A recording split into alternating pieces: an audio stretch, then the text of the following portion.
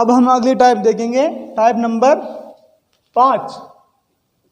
Type number 5, type number में 5 में सवाल इस प्रकार है कि 9 की घात 4, 9 की घात 4 इंटू 3 की घात 2 इंटू 81 की घात 5, 9 की घात 4 इंटू 3 की घात 2 इंटू 81 की घात 5 बटा 27 की घात 5 इंटू 243 की घात 2 बराबर, ये जो पूरा मान दे रखा है, ये जो पूरा मान दे रखा है, इस मान के बराबर है एक 3 की घात x। इस पूरे मान के बराबर ये 3 की घात x मान है। तो यहां पर 3 की घात x, इस x का मान क्या होगा, x का मान क्या होगा। तो बस हमने नियम देखा था एक, जिन संख्याओं का आधार समान हो, जिन संख्याओं का आधार समान हो, एक ये नियम देखा था, a की घात m बराबर हो, a की घात m बराबर हो b की घात a की घात n के, a की घात m बराबर हो a की घात n के।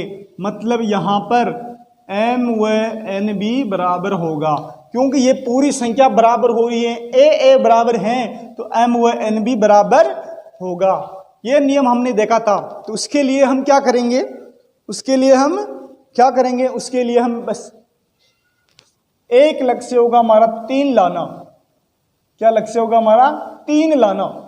इस साइड में भी 3 लाना होगा, हमें सिर्फ 3 लाना होगा। तो हम सबका छोटा रूप देंगे, 3 का छोटा रूप 3 की घात 9 का छोटा रूप 3 की घात 2 होगी और इसकी घात 4 होगी, इंटू यहां पर 3 की घात 2 वो है ही सही, इंटू यहां पर 3 की घात 4 में 81 छिपा हुआ है, फिर इसकी घात 5 होगी बटा 27 में 3 की घात 3 होगी, 3 की घात 3 होगी और फिर इसकी घात 5 होगी, इंटू 243 में 3 की घात 5 होगी, 243 में 3 की घात 5 होगी, फिर इनकी घात 2 होगी। तो जो हमारा मेन काम था वो हमारा आ गया, सब जगह 3 3 आ गए, सब जगह 3 3 आ गए। अब सभी के आधार समान हैं तो इनको गुणा करने के लिए हम घातों को जोड़ देंगे, इनको गुणा करने के लिए हम घातों को जोड़ देंगे। सबसे पहले हम जहां पर डबल घात है उन घातों को गुणा करेंगे। तो यहां पर 3 की घात 4 दूनी 8 हो गई, फिर यहां पर 3 की घात 2 ही है, यहां पर भी डबल घात है 5 4, तो 3 की घात यहां पर 20 हो गई, यहां पर भी डबल घात है तो यहां पर भी हम घातों को जोड़ेंगे तो 3 की घात 15 हो गई, यहां पर भी घात डबल है तो इनको गुणा करेंगे, 5 दूनी 10 हो जाएंगे, 3 की घात 10 हो जाएगी। अब हमारे पास समान आधार आ गए तो हम यहां पर गुणा कैसे करेंगे इनको, कि यहां पर ऊपर 3 आ जाएगा क्योंकि सभी का आधार समान है, और हम यहां पर गुणा करने के लिए घातों को जोड़ देंगे, घातों को जोड़ देंगे बटा यहां पर भी हम घातों को जोड़ देंगे क्योंकि यहां पर भी आधार समान आ गया तो जोड़ देंगे। ये आ गया हमारा संख्या। अब हम 3 की घात यहां पर 30 लिख देंगे क्योंकि घातों को जोड़ा यहां पर तो 30 आ गया बटा यहां पर 3 की घात हम 25 लिख देंगे। अब हमने एक नियम वो भी देखा था कि a की घात m में भाग देंगे a की घात n का, तो वहां पर m में से n को बाकी निकाल लिया जाएगा, m में से n को घटा दिया जाएगा। तो वही नियम यहां पर है, 3 और 3 मतलब आधार समान आ रहा है a, तो फिर यहां पर घाते घट जाएगी, घाते घट जाएगी। तो यहां पर 3 की घात 30 माइनस 25 हो जाएगा बराबर 3 की घात 5 हो जाएगी। अब ये 3 की घात 5 बराबर है 3 की घात x के, 3 की घात बराबर है 3 की घात 5 बराबर है 3 की घात x के। तो वही नियम हमारा यहाँ पर लागू होगा कि a की घात m बराबर है a की घात n के, तो यहाँ पर घातें समान होगी। यहाँ पर भी वही बात है कि आधार है 3 बराबर 3 है तो यहाँ पर x बराबर 5 होगा, यहाँ पर x बराबर 5 होगा और यही हमारा आंसर होगा, यही हमारा आंसर होगा। तो हम अगला सवाल और देखते हैं इसी टाइप में हम एक दो सवाल और देखते हैं।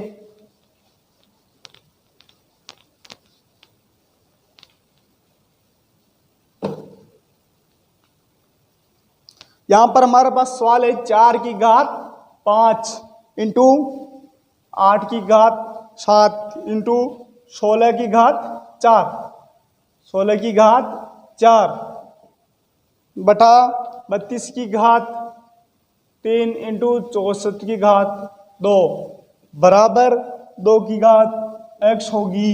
तो x का मान क्या होगा? x का मान क्या होगा? सेम वैसा का वैसा ही क्वेश्चन, वैसा का वैसा ही सवाल वापस यहां पर आएगा। तो हम यहां पर करेंगे। यहां पर भी हमारा मेन लक्ष्य, मेन उद्देश्य क्या होना चाहिए? 2, इस साइड में 2 प्राप्त करना।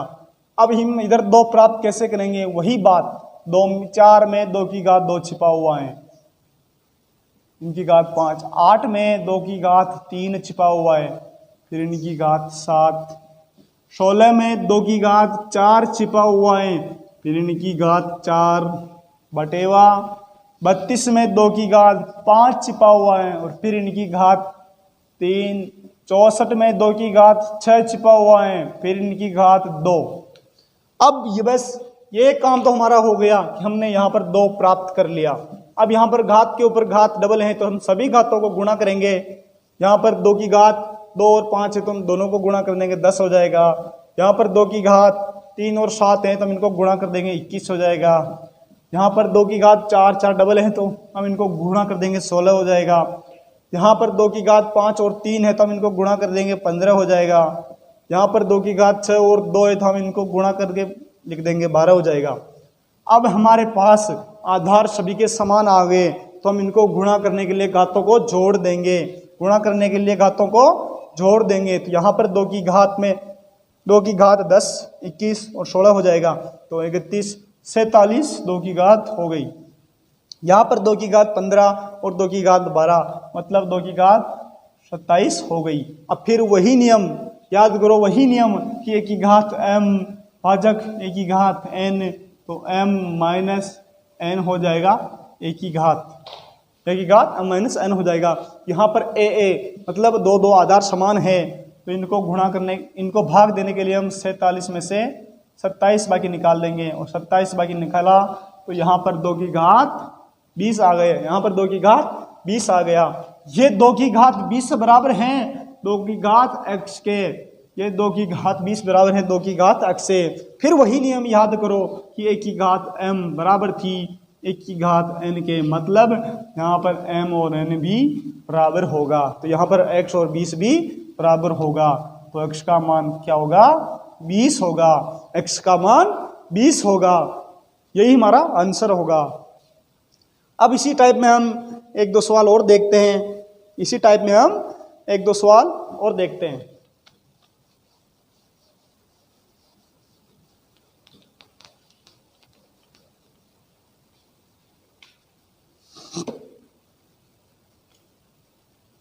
अगला सवाल है हमारा 4 की घात 5x प्लस 4 की घात 5x प्लस 6 बराबर 8 की घात 3 के हैं, तो x का मान क्या होगा?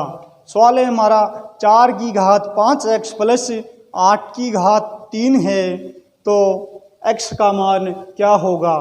तो x का मान क्या होगा?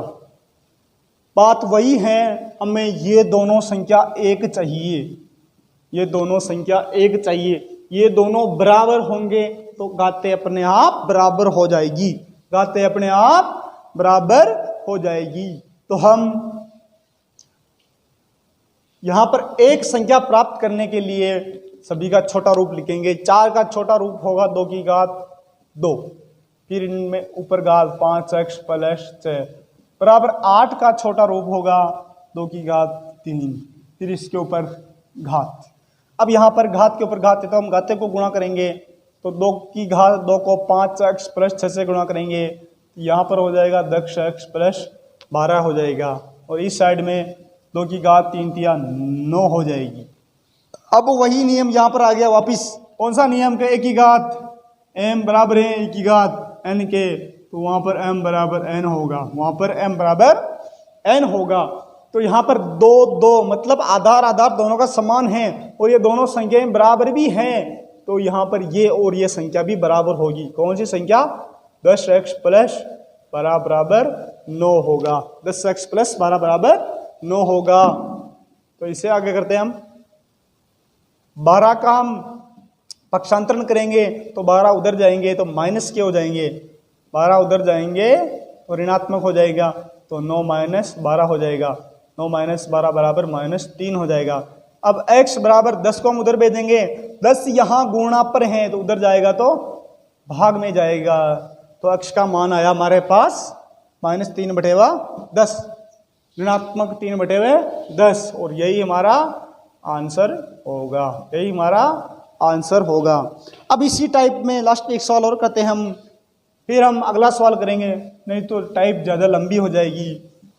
तो अगला एक और सवाल करते हैं हम, इसी टाइप में हम अगला एक और सवाल करते हैं। 9 की घात 6x माइनस 5, 9 की घात 6x माइनस 5, 9 की घात 6x माइनस 5 बराबर होगा 27 की घात 4 के। 9 की घात 6x माइनस 5 बराबर होगा 27 की घात 4 के। अब हम यहाँ पर भी हमारा मेन उद्देश्य, मेन लक्ष्य बस ये दोनों आधार बराबर करने हैं, ये दोनों आधार बराबर करने हैं। तो यहाँ पर भी x का ही मान पूछा गया है, x का मान पूछा गया है। तो 9 और 27 को बराबर कैसे करेंगे हम, तो यहाँ पर भी दोनों का छोटा रूप देखो, तो यहाँ पर 3 की घात 2 9 का छोटा रूप है, तो 3 की घात 2 की घात 6x माइनस 5 बराबर यहाँ पर 3 की घात 3 27 का छोटा रूप होगा, फिर इनकी घात 4। अब घात के ऊपर घात है तो घातें गुणा होगी, तो 3 की घात 2 6x माइनस 5 से गुणा होगी, तो 3 की घात यहाँ पर आएगी 12x माइनस 10, और इस साइड में 3 की घात आ जाएगी 4 तिये 12। फिर उसी नियम के तहत 3 और 3 बराबर होंगे, किस नियम के तहत, फिर वही नियम होगा कि a की घात m बराबर a की घात n। यहाँ पर a और a दोनों संख्याएं बराबर हो रही हैं, तो यहाँ पर m और n का मान भी बराबर होगा, m और n का मान भी बराबर होगा। तो यहाँ पर वही नियम लगता है, तो यहाँ पर 12x माइनस 10 बराबर 12 होगा, 12x माइनस 10 बराबर 12 होगा। तो यहाँ पर हम 10 का पक्षांतरण करेंगे, इधर ऋणात्मक है तो इधर धनात्मक हो जाएंगे, इधर माइनस है तो इधर प्लस हो जाएंगे, तो 12 प्लस 10 बराबर कितने हो गए, इधर 22। अब यहाँ पर 12x थे, यहाँ पर 12x थे, तो 12 का हम पक्षांतरण करेंगे, यहाँ पर 12 इंटू में है तो इधर जाएगा भाग में आएगा, तो x बराबर 22/12 यानी 11/6, यही हमारा आंसर होगा। और इसी के साथ ये टाइप भी हमारी खत्म हुई। अब हम अगली टाइप और देखते हैं, अगली टाइप और देखते हैं। अब टाइप नंबर होगी हमारी 6। अब होगी हमारे पास type number 6। Type number 6, type number 6 में हमसे ये पूछा जा रहा है छोटी व बड़ी संख्या बताओ, छोटी व बड़ी संख्या बताओ, छोटी व बड़ी संख्या बताओ। हमें संख्याएं दी गई हैं कि √5, √3, √21, 6 इंटू √21, ये संख्याएं दी गई हैं। अब इसमें हमें यह पूछा गया है, इसमें हमें यह पूछा गया है कि इसमें सबसे बड़ी संख्या कौन सी होगी और सबसे छोटी संख्या कौन सी होगी। तो इन संख्याओं का मान निकालने के लिए हमने एक चीज और देखी थी, वहां पर ए रूट में लिखा हो, n गुणा हो, n गुणा a रूट हो, तो इनका मान a लिख दिया जाएगा और 1/n कर दिया जाएगा। जो बाहर गुणा में उसको 1/, में कर दो तो इसका रूट हट जाएगा। उसी तरह हम इन संख्याओं को भी ऐसे करके देखेंगे, तो यहाँ पर 5 का 5 लिख दिया जाएगा और जो बाहर गुणे पे उसका 1/2 लिख दिया जाएगा। तो यहाँ पर 3, इधर 1/2, यहाँ पर 21, तो इधर 1/6। यहाँ पर 3 लिख दो आप, क्योंकि यहाँ पर 2 2 समान आ गई तो यहाँ पर हम 3 लिख देते हैं, तो यहाँ पर भी 3 लिख देते हैं। तो 3 संख्याएं हमारे पास हो गई। 5 की घात 1/2, 3 की घात 1/3 और 21 की घात 1/6।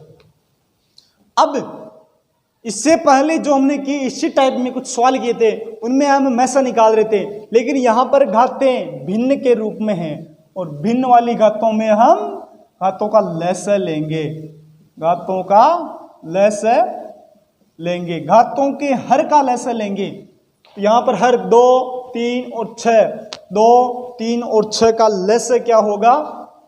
लसाअ 6 ही होगा। लसाअ की परिभाषा क्या होती है कि वह छोटी से छोटी संख्या, वह छोटी से छोटी संख्या जिस पर दी हुई संख्याओं का भाग चला जाए, वह छोटी से छोटी संख्या जिस पर दी हुई संख्याओं का भाग चला जाए। तो ये 6 में 2 का भाग जाता है, 6 में 3 का भाग जाता है और 6 में 6 का भाग जाता है। मतलब इस 6 से छोटी ऐसी दुनिया की कोई संख्या नहीं है जिसमें 2, 3 और 6 का भाग चला जाए। तो इन तीनों का लसाअ क्या होगा? 6। तो अब हम इसको गुणा करेंगे। 5 की घात 1/2 इंटू 6, 3 की घात 1/3 इंटू 6, 21 की घात 1/6 इंटू 6। अब यहाँ पर गुणा कर लो इनको। 2 का भाग 6 में गया तो 3 बार, 3 का भाग इसमें गया तो 2 बार, 6 से 6 कट गया। अब यहाँ पर हमारे पास मान आया 5 की घात 3, 3 की घात 2, 21 की घात 1। 5 की घात 3 का मतलब 5 3 बार, 5 3 बार, और यहाँ पर संख्या होगी हमारे पास 125।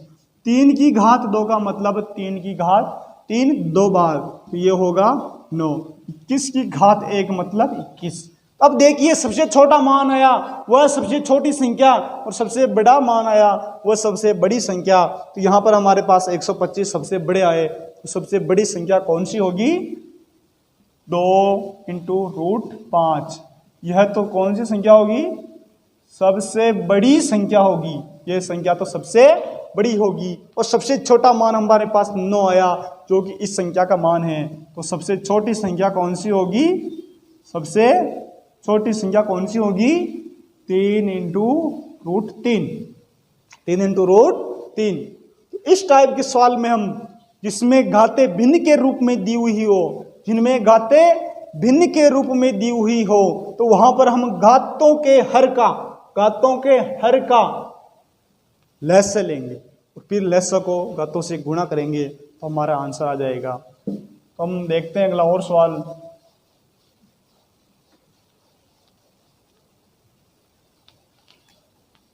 हमारा 3 into root 3 root 2, 4 into root 5 और 6 इंटू रूट 13। बस यहाँ पर भी वही देखना है कि इनमें सबसे बड़ी व सबसे छोटी संख्या कौन सी होगी। तो सबसे पहले वही करना है कि हमें रूट हटाना है, और रूट हटाने के लिए हमने वो देखा था कि n इंटू रूट ए बराबर होता है a की घात 1/n। उसी नियम के तहत हम इनका रूट हटाएंगे तो 3 की घात होगी यहाँ पर 1/3, यहाँ पर 2 की घात होगी। जहाँ पर कुछ नहीं दिया हो वहाँ पर 2 माना जाता है, यहाँ पर कुछ नहीं दिया हो वहाँ पर 2 माना जाता है। तो 2 की घात होगी 1/2, 5 की घात होगी 1/4 और 13 की घात होगी 1/6। अब हमारे पास संख्याएं आ गई। 3 की घात 1/3, 2 की घात 1/2, 5 की घात 1/4 और 13 की घात 1/6 आ गई। तो हम घातों के हर का लसाअ लेंगे, घातों के हर का लसाअ लेंगे। तो यहाँ पर 3 2 4 6, यहाँ पर 3 2 4 6 का लसाअ लेना है। यहाँ पर 3 2 4 6 का लसाअ लेना है। तो 3 2 4 6 का लसाअ 12 होगा। 12 से ऐसी कोई सी भी संख्या छोटी नहीं होगी जिस पर दी हुई सभी संख्याओं का भाग चला जाए। लसाअ की परिभाषा यही होती है कि वह छोटी से छोटी संख्या जिस पर दी हुई संख्याओं का भाग पूरी बार चला जाए। तो 12 ही एक ऐसी संख्या है, सबसे छोटी संख्या जिस पर चारों संख्याओं का भाग जाता हो। तो हम अब इनको घातों से गुणा करेंगे। तो 1/3 को गुणा करेंगे हम 12 से 1/2 को गुणा करेंगे हम, 12 से 1/4 को गुणा करेंगे हम, 12 से 1/6 को गुणा करेंगे हम 12 से। अब 3 को हमने 12 से गुणा किया, 12 में भाग दिया, 4 आ गया, 2 का भाग 6 बार आ गया, 4 का भाग 3 बार आ गया, 6 का भाग 2 आ गया। तो हमारे पास क्या मान है? 4, 6, 3, 2। अब हम इन्हीं संख्याओं को वहां पर घात के रूप में लिखेंगे। इन्हीं संख्याओं को हम घात के रूप में लिखते हैं। तो 3 की घात 4, 2 की घात 6, 5 की घात 3 और 13 की घात 2। अब इनको हम खोल कर गुणा करेंगे तो 3 की घात 4 मतलब 3 4 बार होगा। 3 को हम 4 बार लिखेंगे तो इसका मान होता है 81। यहाँ पर 2 को हम 6 बार लिखेंगे, 2 को हम 6 बार लिखेंगे और 2 को 6 बार लिखने के बाद उसका मान आता है 64। यहाँ पर हम 5 को 3 बार लिखेंगे, 5 को हम 3 बार लिखेंगे और 5 को 3 बार लिखने के बाद उसका मान आता है 125। यहाँ पर हम 13 को 2 बार लिखेंगे और 13 को 2 बार लिखने के बाद उसका मान आता है 169। अब हम इन्हीं मान के आधार पर देखेंगे कि सबसे बड़ी संख्या कौन सी और सबसे छोटी संख्या कौन सी है। तो यहाँ पर सबसे बड़ा मान हमारे पास 169 आया है। सबसे बड़ा मान हमारे पास 169 आया है। तो हम लिखेंगे सबसे बड़ी संख्या, सबसे बड़ी संख्या 169 मान वाली होगी।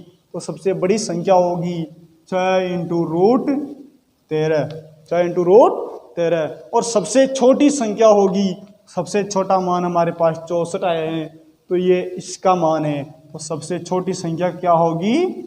सबसे छोटी संख्या होगी हमारे पास √2। बस यही करना है हमें।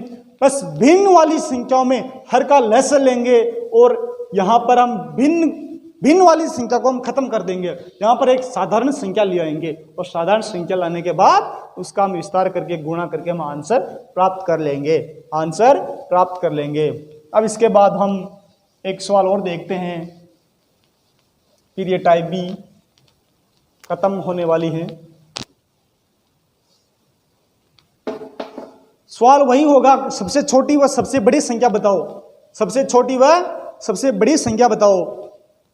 सबसे छोटी व सबसे बड़ी संख्या दिखाओ। इसमें सवाल यह है,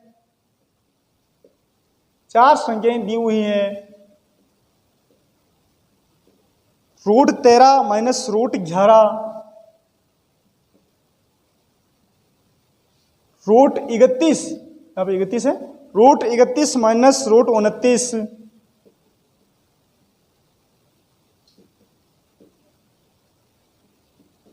√51 और √47 - √45। यहां पर 2 के अंतर में संख्या दी हुई, √13 - √11, √13 - √11, √31 - √29, √53 - √51, √47 - √45। इन संख्याओं का सबसे सीधा तरीका, इन संख्याओं का सबसे सीधा तरीका, नहीं तो हम गुणा करने में गुणा तो कर सकते हैं हम। अभी जैसे 13 को हम उसी तरह बनाएंगे, 13 की घात होगी 1/2, फिर यहाँ पर -11 की घात होगी 1/2, उस तरह हम गुणा करेंगे। अब यहाँ पर 1/2 को हम खत्म कर ही नहीं सकते, क्योंकि यहाँ पर 11 का कोई छोटा मान हो तो हम फिर 2 को गुणा करके खत्म करें, लेकिन 11 एक अभाज्य संख्या, इसका कोई छोटा रूप है ही नहीं। तो इन संख्याओं का मैं सबसे सीधा शॉर्ट तरीका बताता हूं आपको, सबसे सरल तरीका बताता हूं आपको। जो संख्या हमें दिखने में सबसे छोटी दिखे, जो संख्या हमें दिखने में सबसे छोटी दिखे वह संख्या सबसे बड़ी होगी। जो संख्या हमें दिखने में सबसे छोटी दिखे वह संख्या सबसे बड़ी होगी, वह संख्या सबसे बड़ी होगी। तो यहां पर हमें दिखने में सबसे छोटी संख्या √13 - √11 ही दिखती है और सभी संख्या इससे बड़ी दिखती हैं। तो हमारा यहां पर आंसर होगा कि सबसे बड़ी संख्या जो सबसे छोटी दिख रही वही होगी √13 - √11 और सबसे छोटी संख्या जो दिखने में सबसे बड़ी दिख रही है वही सबसे छोटी होगी, वही सबसे छोटी होगी। बस सबसे सीधा सबसे शॉर्ट रास्ता, सबसे कम समय लगने वाली ट्रिक बस यही है। सबसे जो संख्या सबसे छोटी दिखती है सबसे बड़ी होगी, जो संख्या सबसे बड़ी दिखती है वो सबसे छोटी होगी। बस इसी सवाल को बस इसी तरह से करना है, नहीं तो हम उलझ जाएंगे, नहीं तो हम उलझ जाएंगे। इसी तरह से एक और सवाल लिखते हैं, देखते हैं हम।